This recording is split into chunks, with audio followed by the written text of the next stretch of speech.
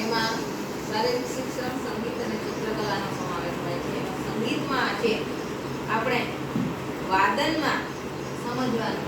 વાદનમાં આપણી પાસે અત્યારે શું છે? તબલા. બરાબર? આજે આપણે આ તબલા વિશે સમજવાનું છે. તબલામાં બે તબલા હોય છે, ગાયું અને બાયું. બરાબર? આ તબલાને આપણે એના વિશે આજે સમજીએ. તો કે તબલાની અંદર આ વસ્તુ જે છે એમાં આ ભાગ જે છે એને અલગ અલગ રીતે ઓળખાય છે. બરાબર? તો તબલામાં આ જે કાળો ભાગ છે એને કહેવાય સાય. શું કહેવાય?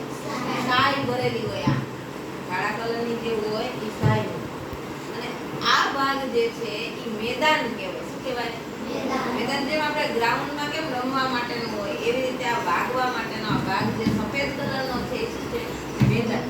આ ભાગ જો કાળા કલરનો એ સાય કહેવાય. બહારનો ભાગ જે છે એ કહેવાય મેદાન. બરાબર?